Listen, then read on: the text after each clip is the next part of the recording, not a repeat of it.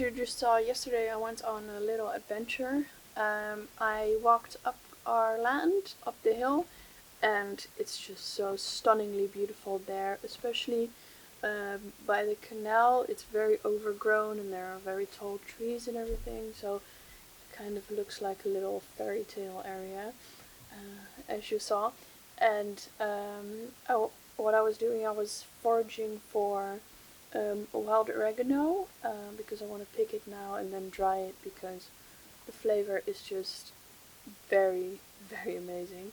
And so I'm gonna dry it and then I can use it throughout the summer, because it grows in spring and in autumn here. So I want to preserve some of that flavor. And then I was also just going on a little adventure and looking at all the very big trees, and there's some very beautiful, very big cork oak trees that have never been peeled or anything, and they're just, I'm always very in awe if I'm around very old things in general, but just it puts time into a little bit more of a perspective, and that's why I love seeing the old olive trees, and that's what brings me a lot of joy right now. So it was a good foraging trip. I've kind of been learning a little bit about what we can eat from the land, what we can forage. So I also saw a lot of wild honeysuckle that we might do something with, something like a syrup, a small batch that we can sell. And there's so much lavender right now. I think if we have a dry day next week, I'm gonna go out and cut some of it, so that I can dry it and then think about what I can do with it later. So for now, I'm gonna make some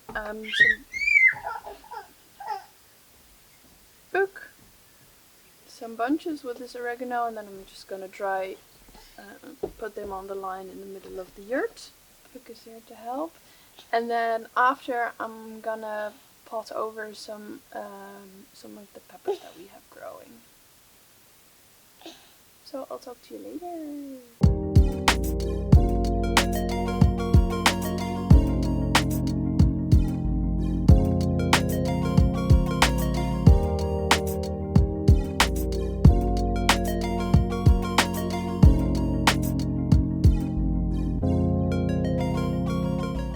Okay, so as I just said, the last thing that I want to get done today is I want to transplant some pepper seedlings.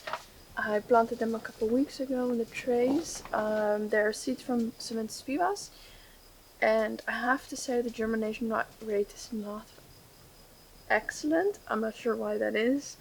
Maybe I'm doing something wrong, but I'm just noticing that in the trays, maybe about 2/3 is coming up, not much more than that.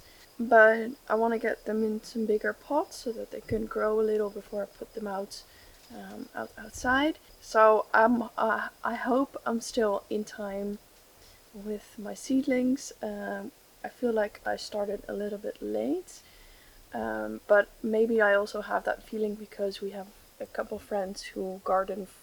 They have a market garden, so they started everything in January. They've been very on top of it because they want to get as much harvest as they can, and this is just a trial year for me, so maybe I'm a little bit trying to push myself too much, but I just hope I get some harvest from it still.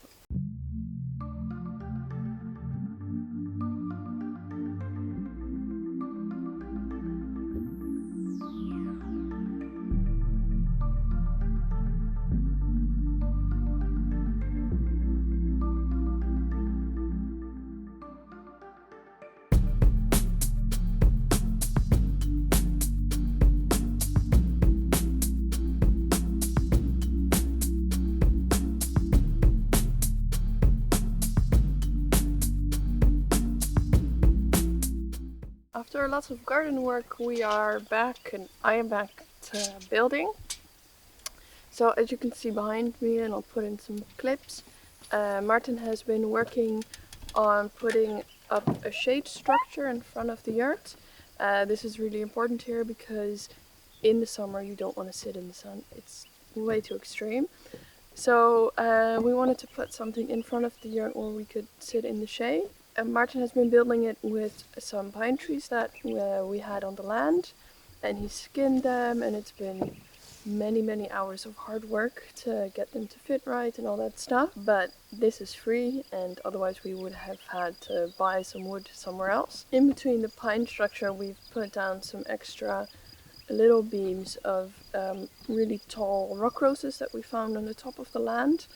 They're also skinned, and what we're going to do today is that we're going to put on some shade cloth. So we did buy a big roll of shade netting, just because it was not possible to make some sort of structure on top of it that wouldn't have any holes in it. So we did buy some shade cloth, and we figured we can also use it in the garden and over the greenhouse as a shade structure.